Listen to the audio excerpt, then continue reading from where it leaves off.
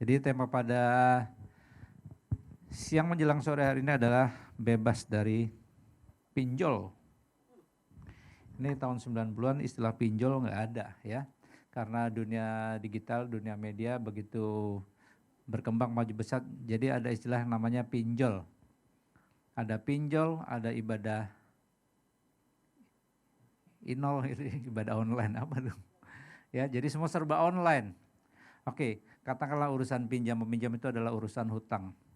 Jadi pinjol ini salah satu masuk dalam ranah atau bagian kita dapat pinjaman dana segar atau bahasa vulgarnya kita berhutang, begitu ya.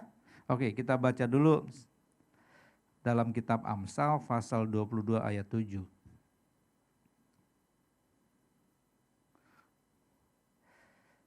Orang kaya menguasai orang miskin, yang berhutang menjadi budak dari yang menghutangi.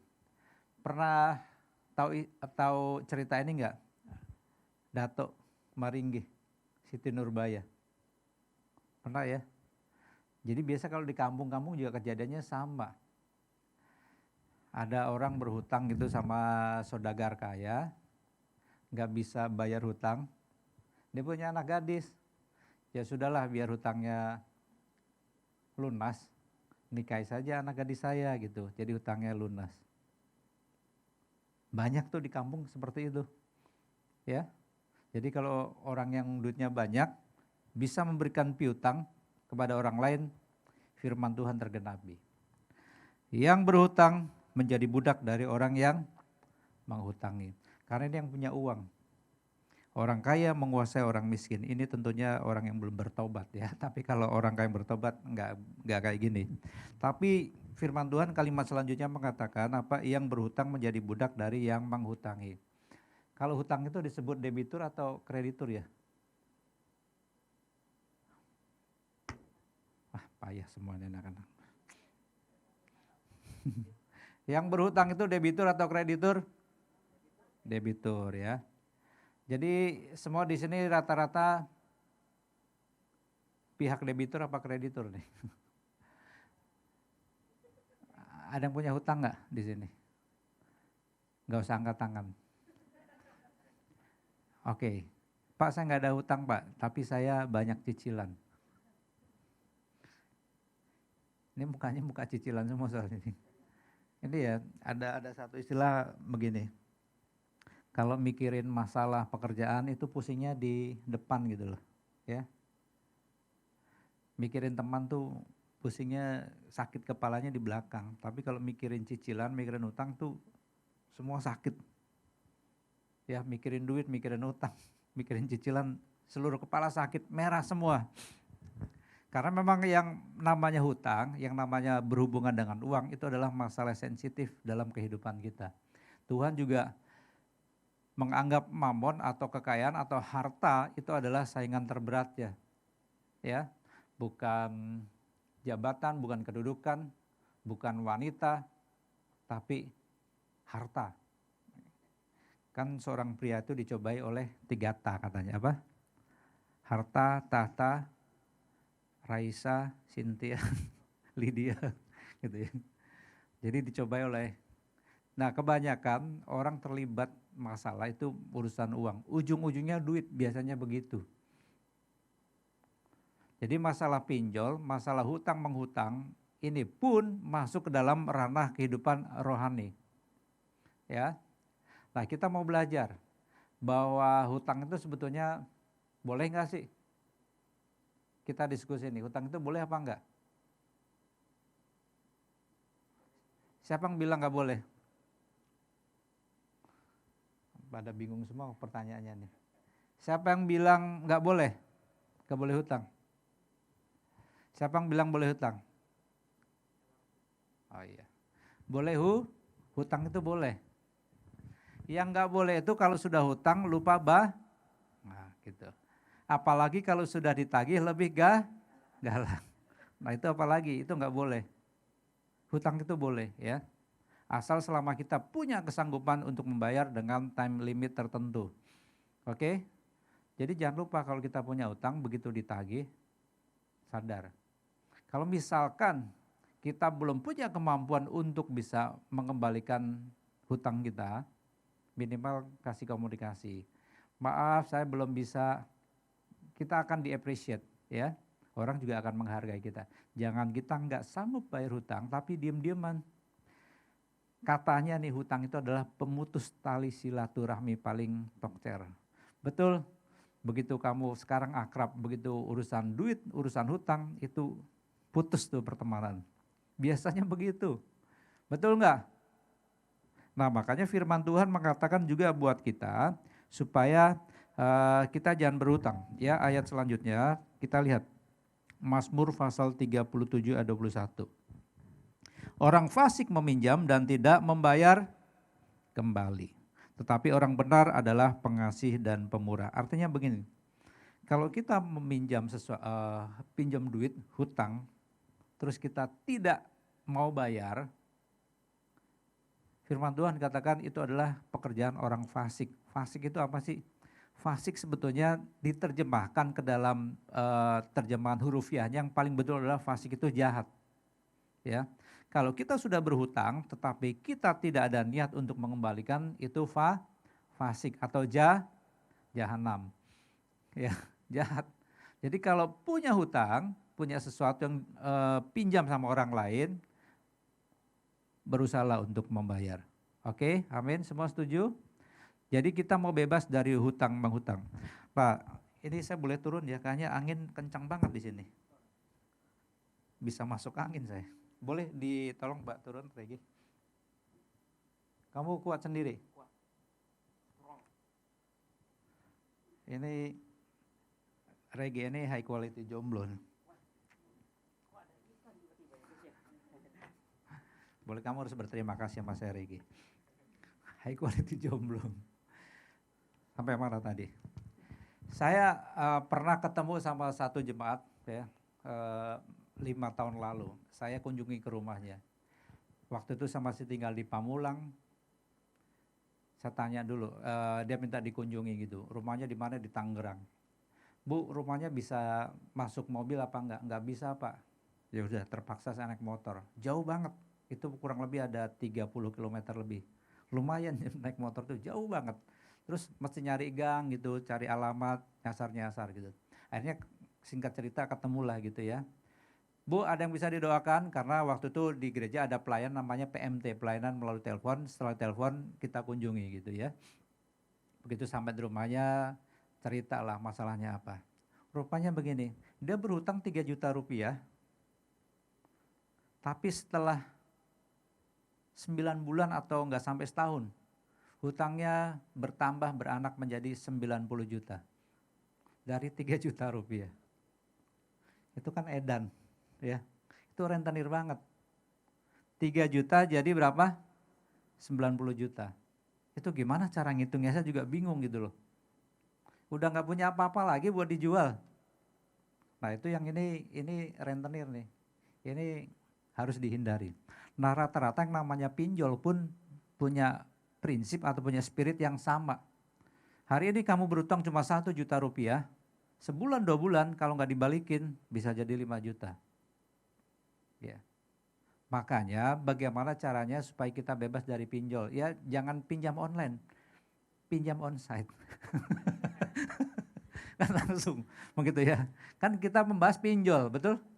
Ya udah kita pinjaman onsite aja. Oke ya. Tapi artinya begini, spirit yang namanya hutang menghutang harus kita hindari. Makanya kita mau belajar bersama bagaimana supaya kita terlepas dari yang namanya hutang menghutang. Terlepas dari yang namanya pinjaman. Sekali lagi, hutang itu boleh apa enggak? Boleh. Yang enggak boleh apa? Enggak bayar. Itu berbahaya. Ya, itu adalah pemutus tali persahabatan yang paling ampuh. Nah, kita mau belajar. Klik selanjutnya. Banyak ini, mengapa orang berhutang? Alasan yang pertama adalah karena ada kebutuhan mendesak. Biasanya orang dalam penghasilan tertentu yang penghasilannya nggak banyak, ketika ada pengeluaran yang tidak terduga, ya itu biasanya terpaksa dia harus pinjam duit. Terpaksa. Kadang saya memaklumi orang-orang yang demikian. Kadang. Tapi kalau sekali dikasih, 2 kali, 3 kali, Oh, tuman. Tuman gitu loh. Tuman itu apa ya? Tuman. Ya, jadi keterusan gitu loh. Ada kebutuhan mendesak. Jadi ini alasan yang pertama mengapa orang bisa berhutang. Ya. Terus alasan yang kedua apa? Pengeluaran tidak terduga. Harusnya biasa sebulan sudah dipatok pengeluaran rutin, misalkan 5 juta untuk beli ini beli kebutuhan sehari-hari dan lain sebagainya 5 juta rupiah. Tetapi mungkin ada satu dan lain hal, kemudian pada akhirnya kebutuhannya membengkak, harus butuh dana segar, sedangkan tabungan nggak ada, penghasilan pun juga sudah terukur. Ini biasanya orang akhirnya mengambil langkah untuk pinjam atau berhutang. Kemudian apa? Tidak memiliki penghasilan. Ini yang berbahaya. Kalau tidak memiliki penghasilan tetapi berhutang, itu namanya gali lubang. Betul nggak? Kalau kamu tidak punya penghasilan tetapi berhutang terus, itu berbahaya. Tapi beruntunglah kalau kita yang masih muda tinggal di rumah orang tua. Paling kebutuhan anak-anak muda apa sih? Kuliah pun mungkin ya dibayarin bagi yang orang tuanya mampu, betul? Ini kalian kuliah dibayarin orang tua nggak? Atau kalian cari sendiri? Itu satu. Yang kedua, kalau makan pun pasti orang tua juga yang masak, betul nggak? Kan nggak mungkin kalian tinggal di rumah orang tua, terus tiap bulan bayar ke orang tua nih mas, sebulan nih ya kayak kos bayar 500.000, terus ini buat makan sekalian 500, jadi untuk ini itu lain sebagainya kasih 1.500.000. Kita nggak, kayaknya jarang seperti itu. Kecuali kalau memang kita sudah bekerja, orang tua kita kurang mampu, kemudian kita punya penghasilan lebih, kita kasih buat orang tua. Itu mungkin masih masuk akal. Tetapi rata-rata di antara kita semua, ya yang masih muda-muda ini, toh kita nggak banyak pengeluaran. Paling pengeluaran pun kita buat apa? Beli pulsa. Tapi kalau di rumahnya ada wifi menghemat. Betul nggak? Nontonlah Susana, itu butuh biaya. Ya. Nonton Barbie, itu butuh biaya juga. Betul nggak? Biaya nonton, biaya makan, biaya ngopi, paling kita kebutuhan itu. Tapi ingat, sebetulnya semua biaya pengeluaran yang sebetulnya tidak terlalu perlu, tidak harus kita paksakan gitu. Betul nggak? Kalau kita belum saatnya untuk memiliki sesuatu yang mungkin belum layak untuk kita miliki, ya udah jangan dipaksakan begitu loh.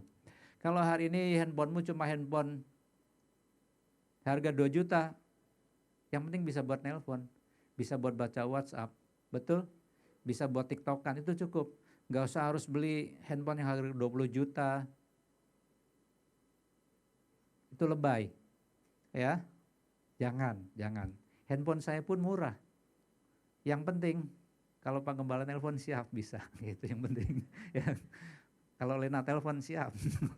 Yang penting itu, bisa komunikasi lancar, ya. Oke, jadi ingat kebutuhan kita harus disesuaikan. Kebanyakan orang itu jatuh ke dalam pencobaan bukan karena situasi atau keadaan di luar, tetapi kebanyakan kita jatuh ke dalam berbagai permasalahan kehidupan rata-rata keluar dari dalam karena terlalu banyak keinginan. Nah itu dia biang masalah. Kita mau belajar mengekang keinginan kita, itu yang paling betul. Oke, kita lihat selanjutnya. Yakobus pasal 1 ayat 14. Ini penting untuk kita ketahui. Tetapi apa? Tiap-tiap orang dicobai oleh keinginannya sendiri karena ia diseret dan dipikat olehnya. Ini yang saya bilang tadi. Keinginan di sini ya. Teks aslinya itu namanya epitomia. Apa? Epi itu jadi bukan keinginan biasa. Ini semacam las hawa nafsu dan keinginan yang liar gitu loh. Keinginannya tuh liar. Jadi pengen aja gitu. Pokoknya ada Tuhan di situ, masa bodoh. Yang penting kalau gue mau ini tetap harus dilakukan. Itu namanya keinginan liar, itu epitomia. Dan kebanyakan orang jatuh ke dalam berbagai pencobaan karena apa? Keinginannya sendiri. Ya. Apa perlunya bagi kita untuk kita berhutang? Apa perlunya? Coba. Mau kawin? Udah menikah yang hemat aja. Betul? Mau apa coba? Mau biaya kuliah? Tapi menurut saya begini ya. Kalau orang tua sudah bisa mengkuliahkan anaknya, pasti dia sudah prepare uang untuk bayar uang kuliah, betul nggak? Harusnya begitu kan? Nggak mungkin Saya nggak punya duit, saya mau anak saya kuliah, pokoknya kuliah aja, nanti kalau kampus nagih bayaran, yang penting percaya Tuhan aja. Nggak bisa kayak gitu juga. Pasti harus prepare, harus persiapan. Misalkan kuliah 4 tahun minimal punya dana cadangan 100-200 juta. Kalau misalkan nggak ada duit, ya udah nggak usah kuliah, kerja dulu, cari duit dulu. Betul nggak? Jadi ada beberapa hal yang memang jangan dipaksakan. Ada banyak orang masuk ke dalam berbagai pencobaan, masuk ke dalam berbagai permasalahan karena keinginan tadi. Apa namanya? Epitomia, keinginan yang liar. Jadi keinginan yang suka-suka sendiri, tidak melibatkan Tuhan, tidak memperdulikan Tuhan, yang penting apa yang dia mau lakukan. Nah, itu berbahaya. Ya. Setiap kita punya yang namanya keinginan ini. Ingat, apalagi kita yang masih muda, yang usianya di bawah 25 tahun. Kalau di atas 40 tahun aman. Enggak juga ya. Enggak juga. Enggak. Apalagi firman Tuhan katakan jangan sampai kita terjerat oleh nafsu orang muda. Itu berbahaya karena orang muda itu kebanyakan uncontrol. Enggak bisa menguasai diri. Karena darah masih muda, masih mendidih. Kadang apa yang dilakukan itu suka-suka sendiri. Betul enggak? Nah, ini berbahaya. Jadi ingat, kebanyakan manusia dicobai oleh apa? Keinginannya sendiri. Kalau keperluan kita berhutang untuk keperluan konsumtif, ya lebih baik jangan. Kecuali kalau kita berhutang untuk keperluan apa yang produktif, masih bisa dibenarkan. Coba klik selanjutnya. Pinjaman online dapat memberi manfaat bagi yang butuh dana cepat dan mudah. Tapi ada beberapa sisi gelap yang perlu diwaspadai. Kalau kita lagi butuh duit, pinjol itu paling cepat, betul nggak? Saya juga nggak pernah nih yang namanya pinjol tuh nggak pernah. Seumur hidup saya jarang banget berhutang, jarang banget. Kalau cicil sering, beli handphone nyicil, beli rumah nyicil, beli speaker bluetooth pun nyicil. Kan cicilan 0%, boleh dong, ya. Dan itu pun kayak uang apa ya, uang jajan gitu, istilahnya yang ya sebulan cuma 100-200 ribu nggak ngefek gitu loh. Tapi dapat barang yang bisa dinikmati, betul nggak? Daripada kamu cicilan sebulan 2.500.000 padahal gaji kamu cuma 4 juta, nah itu bunuh diri. Ya, kamu berusaha untuk menghemat, nggak makan, puasa gitu demi barang yang kamu inginkan karena pengen beli iPhone 14 gitu ya. Terus kamu nyicil menahan lapar gitu, lihat temannya makan dia nggak makan karena apa? Demi handphone, demi gengsi. Nah itu nggak baik, itu nggak bagus. Jadi kita kurang bijak untuk mengatur keuangan kita. Oke, jadi kalau kita dalam keadaan terdesak, dalam keadaan yang memang butuh, pinjaman online itu juru selamat. Pertolongan pertama pada apa? Kesesakan. Pada waktu kamu kesesakan dompet kamu, itu pertolongan pertama. Gampang kok. Tinggal telepon, isi formulir dari handphone, udah langsung transfer. Itu sisi baiknya begitu. Tapi ingat ada sisi jahatnya. Dan lebih banyak mudarat daripada manfaatnya. Betul nggak?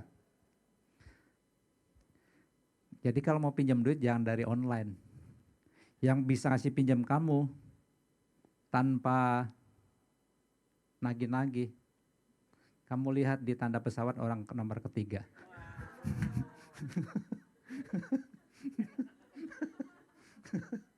Ya, itu yang kalau pinjemin duit, ya itu nggak nagih-nagih tuh. Ya, lihat tuh siapa. Rege lihat, elo. Jadi pinjol itu apa? Bisa memberikan manfaat kalau dalam keadaan terdesak, tetapi banyak sisi gelapnya, banyak sisi mudarat. Mudarat itu apa? Artinya merugikan kita. Manfaatnya ada tapi nggak seberapa gitu loh.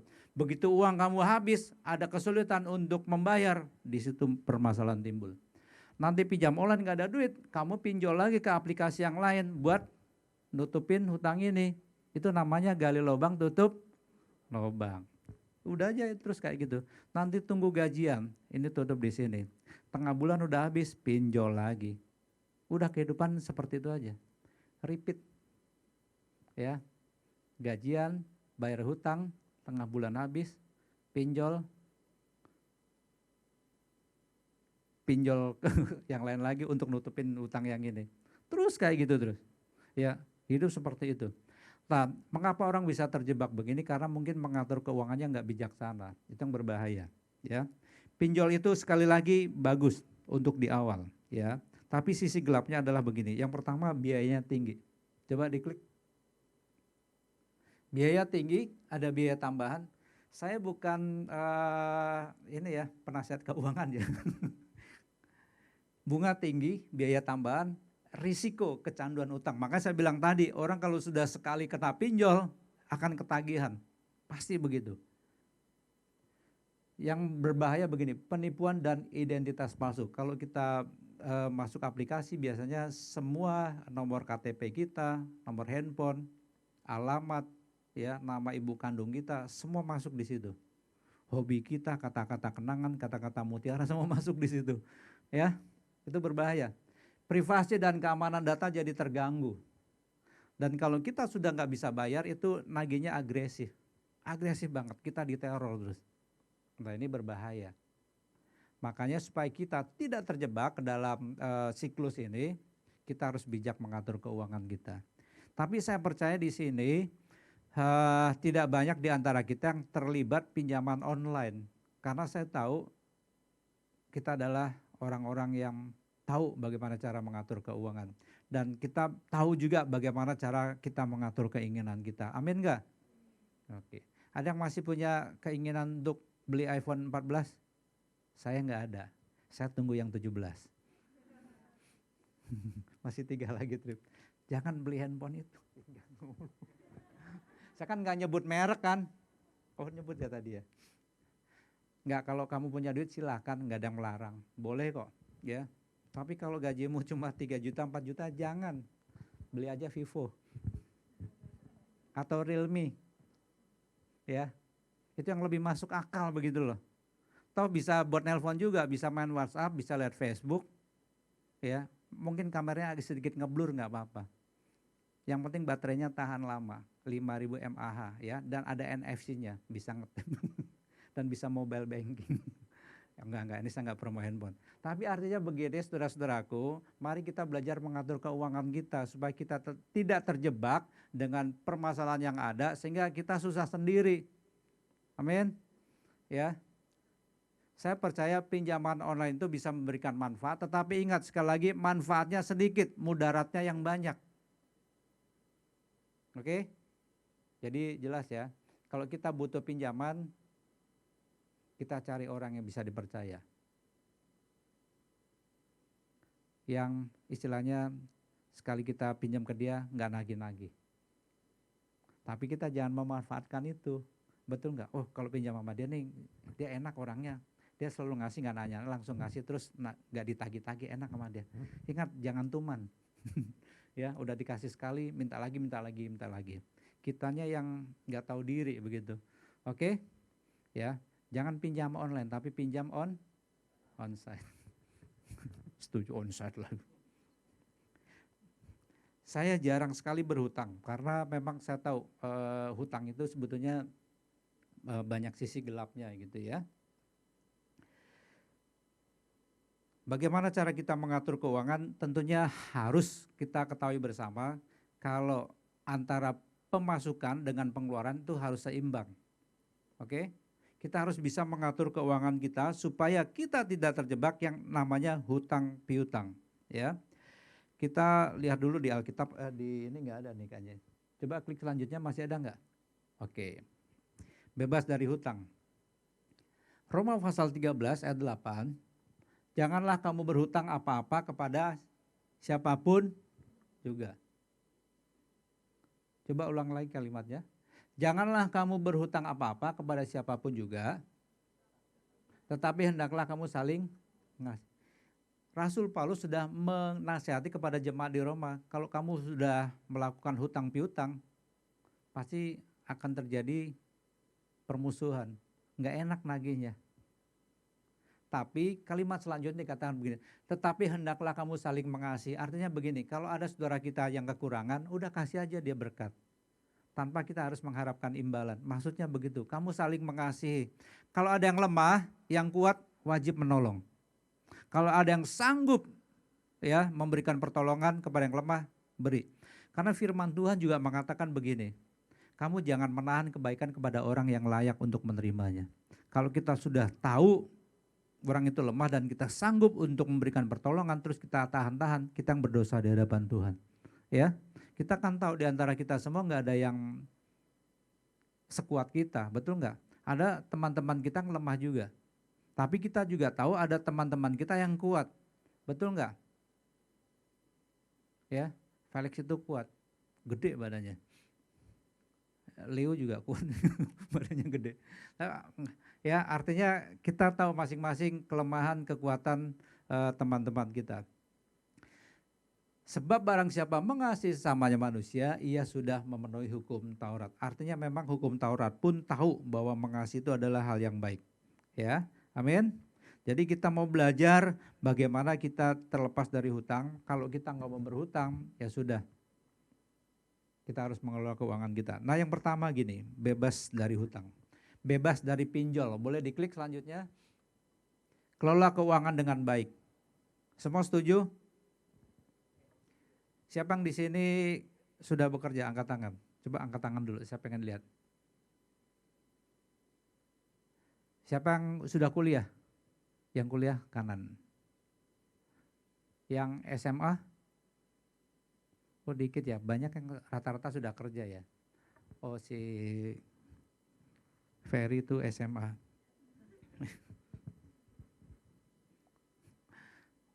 Jadi banyak di antara kerja, paling enggak kita sudah mulai memasuki kehidupan dunia nyata, betul? Ya sudah mulai nih menapai kehidupan. Jadi kalau masih SMA, masih kuliah itu baru belajar kehidupan. Itu baru belajar secara administratif di sekolah. Tapi kalau belajar yang namanya kehidupan, kita bekerja, dapat uang real. Nah di situ dilatih tuh. Bagaimana kita bisa terbebas dari pinjaman atau hutang piutang? Ya, pertama kita harus apa? Kelola keuangan kita dengan baik. Yang kedua, buat anggaran pendapatan dan pengeluaran. Jangan lebih besar pasak daripada tiang. Jangan lebih besar pengeluaran daripada pendapatan. Ini sebetulnya hukum yang kita sudah tahu sudah lama gitu. Tetapi sekali lagi karena banyak keinginan membuat kita jadi nggak bisa menguasai diri kita, ya. Apalagi bagi saudara-saudara yang sudah punya credit card. Ada yang punya credit card? Credit card saya tuh dulu pernah ditawarin sama bank, Pak, Bapak mau unlimit, dikasih. Cuma saya nggak mau. Iya gaya nih unlimit. Buat apa yang sebulan paling saya jajan cuma 1 juta, 2 juta gitu loh. Pak minimal yang platinum 400 juta, 500 juta. Enggak. Buat apa gitu ya. Saya punya kredit card mungkin lebih tua dari yang ada di sini. Saya punya kredit card dari tahun 96. Tua banget ya. Elo aja lahir tahun 2010. Baru 13 tahun. Kredit card saya lebih tua Elo daripada kamu. Ya tua banget gitu.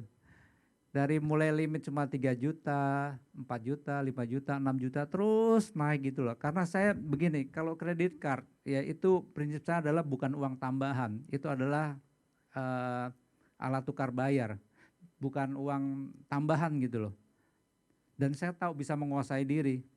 Sekarang kalau saya gesek kredit card saya bisa langsung beli Nmax baru. Iya gaya nih gitu ya. Bisa beli itu langsung. Nmax paling berapa duit sih, itu murah. Enggak ya. Enggak. Tapi saya tidak pernah melakukan itu. Paling tinggi top dulu cuma pakai 10 juta. Itu pun karena mau nolongin orang. Ya, biasa namanya gestun.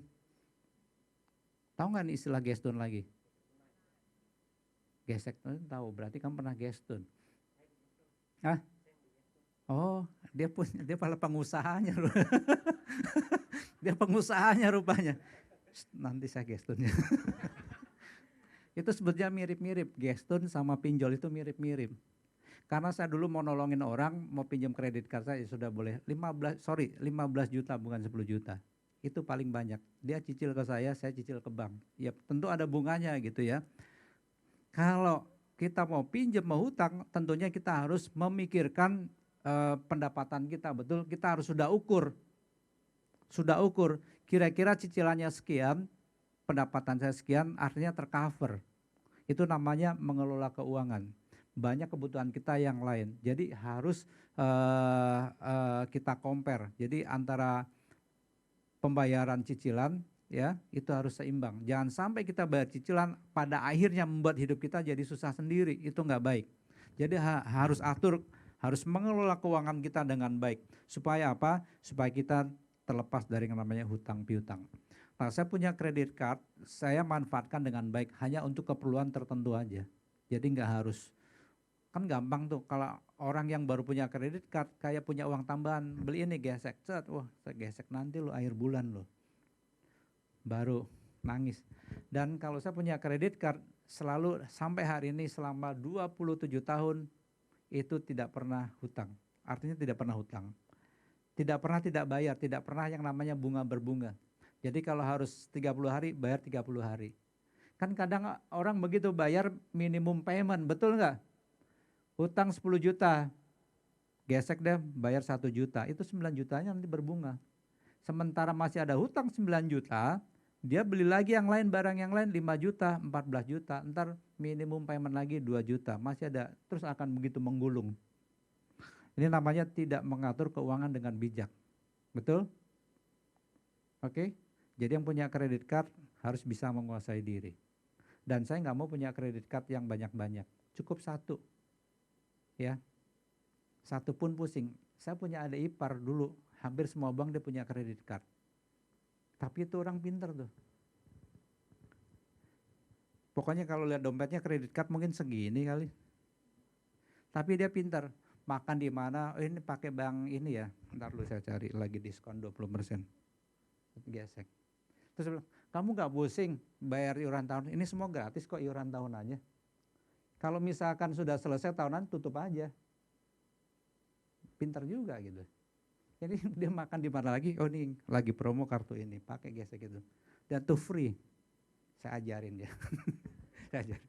Jadi kalau mau dapat diskonan kayak gitu, kamu harus punya kredit card yang banyak. Oke, ini salah satu trik kehidupan aja gitu ya. Oke, tapi ingat jangan coba-coba kalau iman kamu nggak kuat. Kalau kamu tidak bisa kelola keuangan dengan baik, ujung-ujungnya akan menyusahkan hidup sendiri. Oke, jadi intinya begini, supaya kita tidak terlibat dari hutang piutang yang menyusahkan kehidupan kita. Yang pertama kita harus kelola keuangan kita dengan baik. Dan yang kedua buat anggaran pendapatan dan pengeluaran. Yang ketiga cari tambahan penghasilan. Ini yang penting. Ya. Cari tambahan penghasilan. Tapi tambahan penghasilan ini jangan sampai mengganggu pekerjaan utama kalian. Betul? Toh kita kalau bekerja pun harus kita bekerja dengan sebaik-baiknya. Kita harus berdedikasi di situ. Jangan sampai ketika kita mencari penghasilan tambahan, pekerjaan utama kita terganggu. Itu enggak etis. Oke? Seandainya ada kesempatan, ada waktu lebih, cari tambahan silahkan. Ya. Itu kalau kalian pengen punya sesuatu, pengen barang yang mahal, cari tambahan. Jangan cari hutang. Oke, paham ya? Yang keempat, miliki aset yang aktif. Nah ini perlu nih.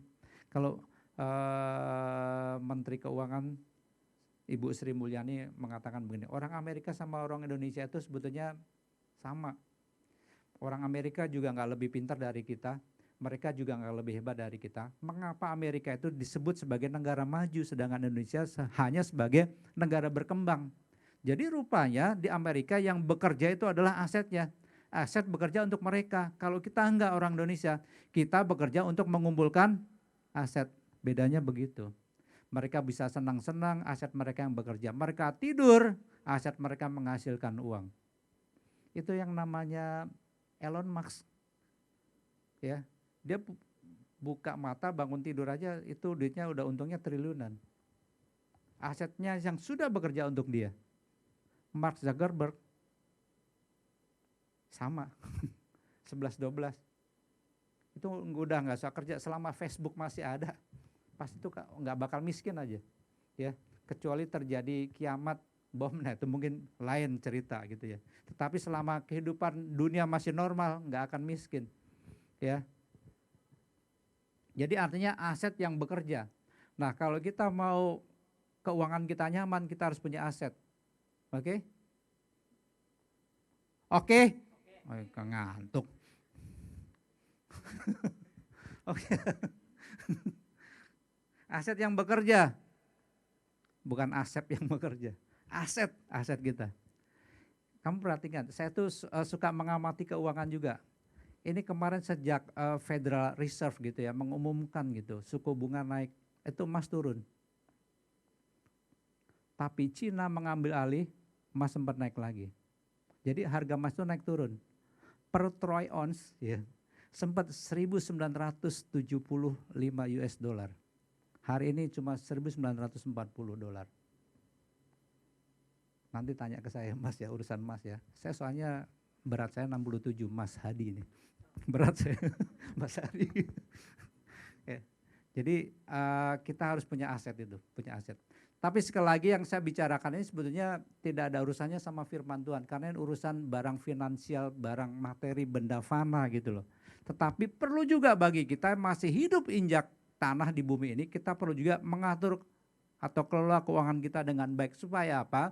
Supaya firman Tuhan juga ngomong gini, Tuhan jangan buat aku kesusahan sehingga aku mengingkari imanku. Atau jangan buat aku terlalu senang sampai aku melupakan engkau. Hidup kita harus seimbang.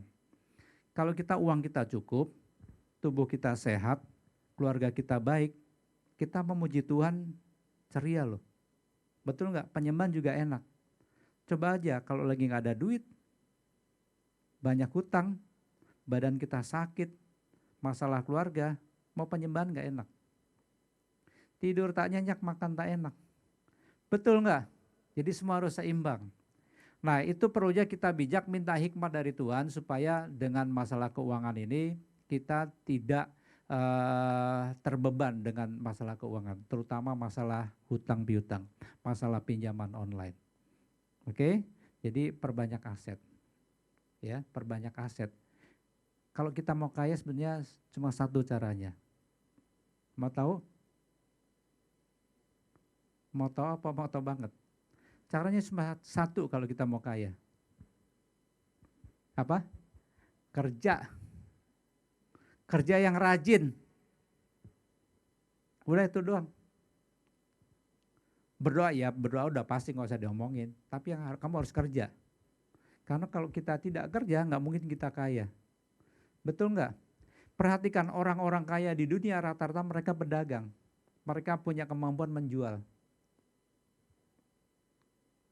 Kamu cari siapapun orang kaya, pasti mereka seorang pedagang. Jadi nggak ada tuh karyawan yang kaya raya, nggak ada. Yang ada tuh pedagang. Betul nggak? Penjual. Oke? Kamu jual apapun, lakukan dengan serius, kasih jiwa di dalamnya. Serius sungguh-sungguh pasti akan menghasilkan. Perbanyak aset, atur kelola keuangan dengan baik, semua akan beres. Ya, jangan banyak hutang, cicilan boleh. Tapi cicilan pun harus ada kemampuan untuk bayar ya. Dan cicilan pun jangan sampai membebankan kalian. Ini satu yang terakhir saya kasih cara. Bagi yang sudah terlanjur ya udah nggak apa-apa. Kalau kalian belum punya rumah, jangan KPR. Karena kalian akan jadi laskar KPR. Laskar apa? KPR. Lebih baik kalian kumpulkan uang dulu. Beli emas gitu ya. Emas pada 26, 25 tahun yang lalu. Saya beli emas 2 gram itu cuma harga Rp70.000, 24 gram 2 gram. Ya 24 gram. 24 karat 2 gram. Cuma berapa? 75.000. Hari ini emas 24 karat 1 gram berapa? 1 juta. 1.070.000, 1.050.000. Jadi artinya kamu beli pakai uang dingin. Kalau kamu ada uang lebih, sisihkan setiap bulan beli emas. Tunggu nanti nikmati hasilnya 20 tahun lagi. 20 tahun lagi kamu baru beli rumah cash. Ya. Kalau harga rumah 1M, kamu cicil, itu jatuhnya 1,8. Hampir 2 kali lipat. Jangan di ini deh, ini kan masuk YouTube. Nanti saya kasih tahu caranya. Ya. Caranya gimana? Tapi kalau sudah terlanjur ya udah nggak apa-apa. Tapi saya kasih tahu caranya juga bagaimana biar kita tidak terbebani ya. Oke. Jadi mari kita mau bebas dari pinjol dengan apa? Kelola keuangan kita. Ini masih ada waktu, mau tanya jawab katanya. Ini sampai kita sebentar lagi perjamuan sebentar kok. Saya kasih waktu 2-3 menit. Ada yang mau tanya? Semua jelas ya? Kayaknya muka-muka banyak hutang semua. Malu. Ingat, hutang itu adalah pemutus tali silaturahmi persahabatan. Jadi kalau punya hutang, jangan lupa bayar ya.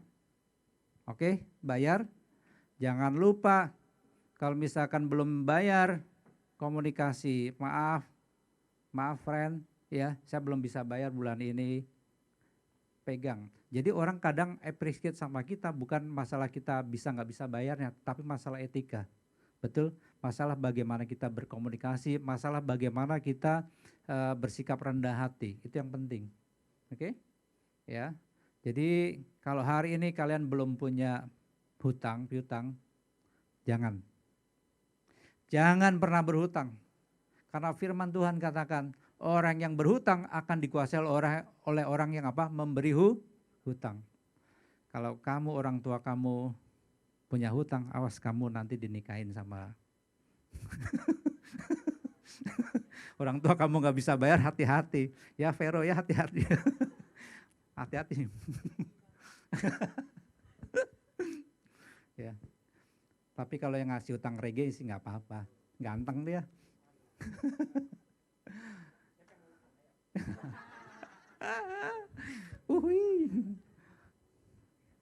Elis sudah bangun? Ngantuk dia. Kasihan dari pagi, capek. Oke, semua diberkati. Baik, saya undang kita untuk bangkit berdiri ya. Puji Tuhan. Bapak, kami telah dengar kebenaran pada siang hari ini. Apapun yang hamba-Mu sampaikan, ada kebenaran firman Tuhan di dalamnya. Dan kami rindu hidup kami senantiasa Tuhan berkati. Kami rindu hidup kami senantiasa ada dalam berkat Tuhan. Dan biarlah Tuhan memberikan kami hikmat, memberikan kami kemampuan agar kami boleh dengan tepat melakukan hal-hal yang Tuhan berkenan. Terima kasih. Biarlah Roh Kudus mengingatkan kepada kami setiap kebenaran yang sudah kami dengar pada siang hari ini. Firman-Mu boleh menjadi kekuatan, menjadi terang bagi jalan kami, sehingga hidup kami diberkati. Haleluya, di dalam nama Tuhan Yesus kami bersyukur dan berdoa bersama-sama kita katakan amin.